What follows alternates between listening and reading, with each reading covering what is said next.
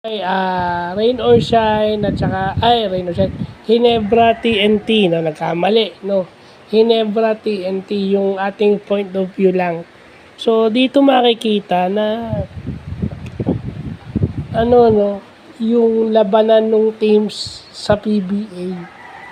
Ito yung dahilan bakit, although magandang series to basketball-wise, pero, ang tingin kasi nung iba, bakit sila na lang? So, kumbaga nagsasawa na mga tao rito, but for a real basketball fans, na kahit papano, eto yung mas magandang, kasi dito mo makikita yung labanan ng mga coaches at yung mga players. Kaya bang sabayan ni Chris Makolo si, JB, no? Kasi the last time that Chris Makolo is here not the champion. At saka iba ang TNT ngayon dahil hindi na si RHJ yung import nila. So yun lang yun.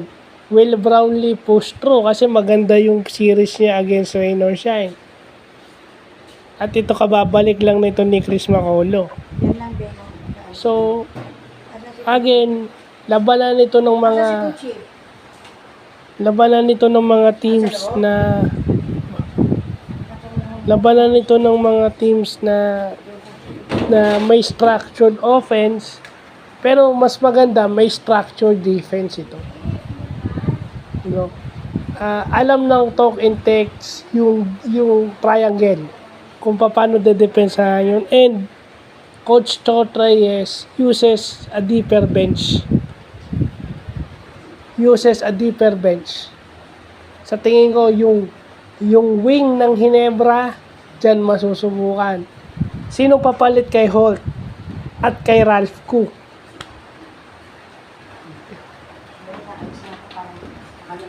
Kasi yung frontline nila is enhanced kasi yung si Chris Makolo is sa frontline. So may katulong si Kelly, may katulong si BGR, mga big man nila. So kasi sa TNT daming wings, may Kabuntin ka. May sino pa ba yung isang wing nila? Meron ka pang basta dami mong wing eh. Dami mong mga small forward na pwede mag-power forward.